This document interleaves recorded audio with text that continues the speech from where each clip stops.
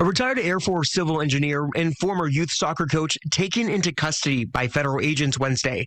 Kurt Torres is facing charges of possession of a firearm in a school zone. There are statutes that prohibit a person from having a firearm within 1,000 feet of a school. Kurt never had a firearm on Folsom High School, but his vehicle was parked nearby in walking distance at a strip mall. His attorney, Matthew Taylor, sitting down with us following the latest arrest. This whole situation with Kurt has been mischaracterized. Kurt Torres never made any threats toward any school. On September 24th, Torres was arrested and found in possession of a knife, a handgun, and loaded magazines in his car, accused of making threats at Folsom High School. Then on Monday, he was arrested again for violating a court order after Folsom police say he was spotted on the campus of Gallardo Elementary School. In both cases, he was released on bond.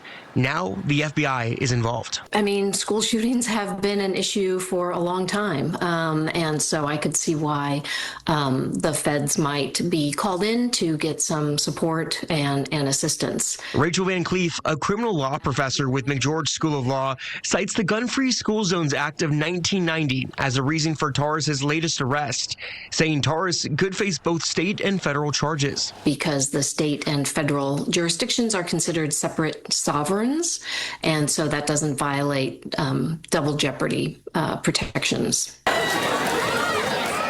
News of the arrest spreading to the Folsom High School community. I think he needs to be, questioned by the FBI and the police and see what was the circumstances. I mean, to me, there's no reasonable explanation why he would have a weapon near a school. He was not there to do anything. Torres told KCRA 3 it was all a misunderstanding. His attorney sharing Torres is dealing with a neurological condition that's a result of his time in the Air Force. He's in an acute, difficult, emotional state right now.